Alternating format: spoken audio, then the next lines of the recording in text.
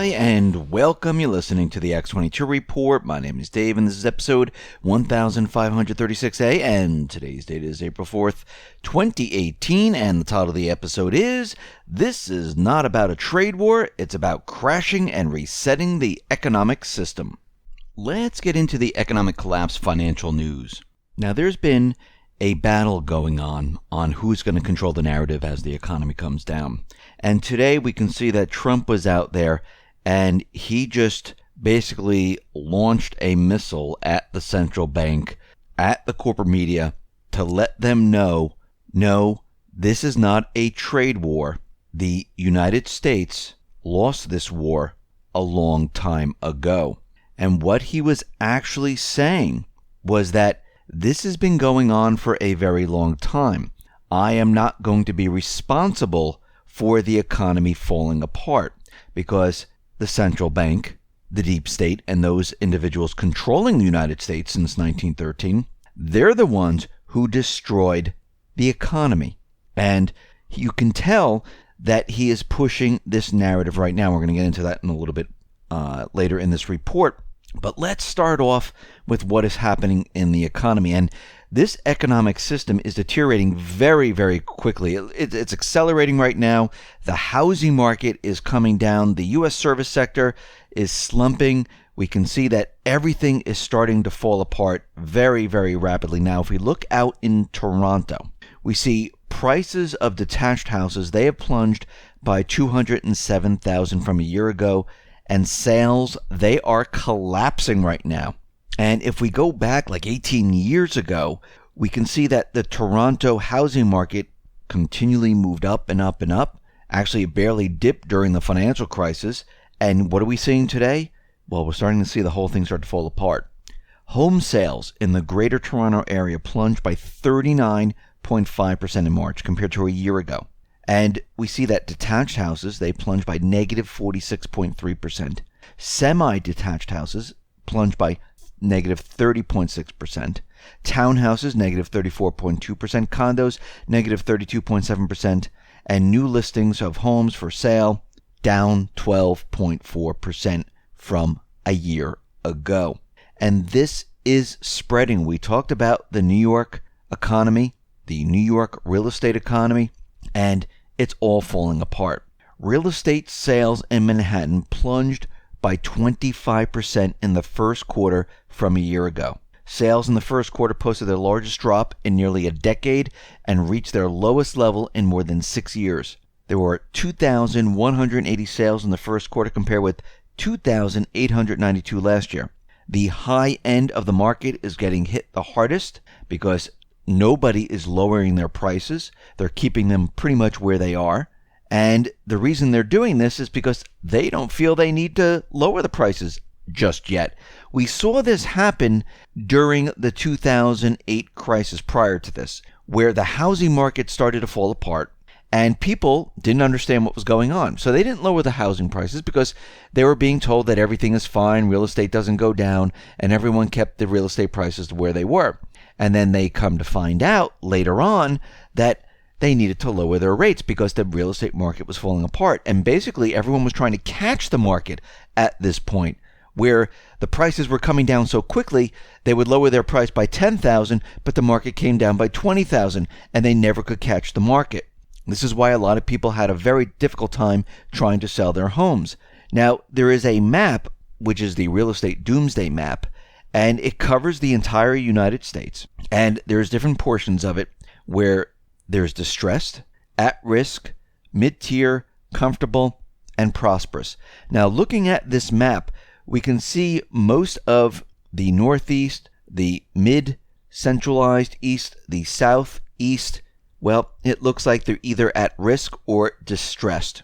Moving out to the Midwest, same thing, at risk, distressed. I would say 85 to 90% of the country right now is at risk or distressed and mid-tier, which means that since 2008, nothing has been solved. The people who own their homes, they're still underwater. They're still having problems.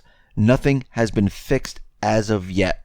Now, what we're seeing here is a system that is breaking down right in front of our eyes. Everything they did in 2008 was a gigantic illusion by manipulating pretty much everything. They manipulated the housing market by creating bubbles in 20 different cities. They manipulated the unemployment rate. They manipulated the stock market, which they're still doing. They manipulated the precious metals market. They manipulated the GDP numbers. They manipulated every statistical number you can think of. They manipulated it. And what was happening was, as we can see with our own eyes, is that the entire economic system has been breaking down one piece at a time. Now, going back many years, we said the retail industry would rip itself apart, and it slowly happened. Now, of course, they changed the story. First, they said, oh, retail's not doing well because of the snow, the bad weather. They started out with that. But then what happened was retail was doing poorly during the nice weather, and they didn't know what else to say. So then they started to say, hey, you know what? We can use the story that online is really having an effect on, what's going on in the retail market. Now, they couldn't explain away things like food and things like that. So they just pretended that didn't exist, and they just said, yeah, everything's moving to online. Of course, they didn't look at the actual numbers to see how many sales there were online compared to the brick and mortar stores, and you can see this is a very, very big difference. Everything is not moving as a 1-to-1 ratio.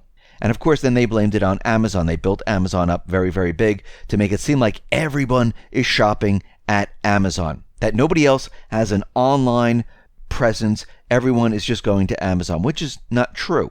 And what we're seeing right now is the retail market has imploded, and what's going on here is that every other piece of the economic structure is imploding right now. And as we move forward, it's just going to get worse. Now, this brings us to what Trump has said out in the corporate media, saying that we are not in a trade war with China. That war was lost many years ago. Now, remember, the economy is dead. The economy cannot be revived, cannot be resuscitated. It's dead in the water. The central bankers know it. Trump knows it. The individuals in the administration know it. And we can see what is happening right now. Everything is falling apart. And he's trying to tell everyone that, listen, this is not my doing. We lost the war with China a long time ago. And he's going to expand on this. Why did we lose this war? Who is to blame? Who put us in this situation? You're going to start to hear a lot of this information come out because he's going to start to build the narrative.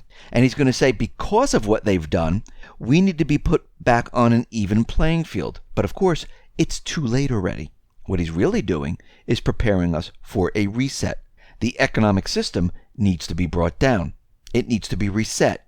It needs to be done this way to wipe out the central banking system, to destroy them. That's the only way you can get rid of them.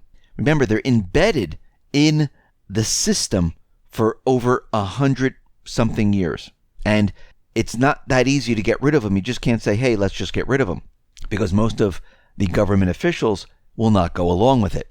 So you need to start to build a case. Now, the central bankers, they are doing the same exact thing. They're going to try to bring this down and basically control the narrative, try to control the narrative, and blame it on Trump. This is what we're seeing right now. And we could see that the tariffs, the reciprocal taxes, the attack on the tech stocks, this is all part of the plan to bring the system down. And this is just going to get worse as time goes on. Now, if we throw in what is happening out in the Middle East, which we're going to discuss in a little while in the next report, Report B, what is happening in the Middle East is the next phase to all of this, where Trump is going to bring the troops home. And what this is going to do is this is going to wreak havoc in the Middle East on the petrodollar. And once this happens, I'm not talking about the next day, in the next months or two, we're going to see things really ramp up. And I'm saying once this happens, we're going to see it in the next couple of months. This plan is to hit the central bank, the deep state, from all sides to make sure all bases are covered. This is what we are seeing right now. And the race is on. And we can see right now, Trump needs to control the narrative. So when we move to the next phase, which is maybe auditing the Fed, maybe pushing through one of those bills where the dollar is now linked to gold. Maybe it won't even be called the dollar at this point. But he needs to control the narrative to move to the next phase, to go after the central banking system, to reset the entire economic system. If he cannot control the narrative and blame it on the central bank, because once he blames it on the central bank and has proof and shows this is why this is all happening, then they can usher in all the legislation and everything else to go after the central bank. And I believe this is what he's trying to do right now. This is his strategy. And by taking down the petrodollar, by destroying the markets, by destroying the manipulation, by destroying all this, basically what he's going to do is he's going to completely reset the system, and he's going to explain why we need to do this and what the central bank and what these individuals have been doing for a very long time. He's going to explain who destroyed the system, and this is where we're headed. And this is a transition. This is still a transition where things are going to get a little rough. People are going to complain. People are not going to be happy about this. People like living in the dream world. Just like Q said with the Matrix, the red and blue pill.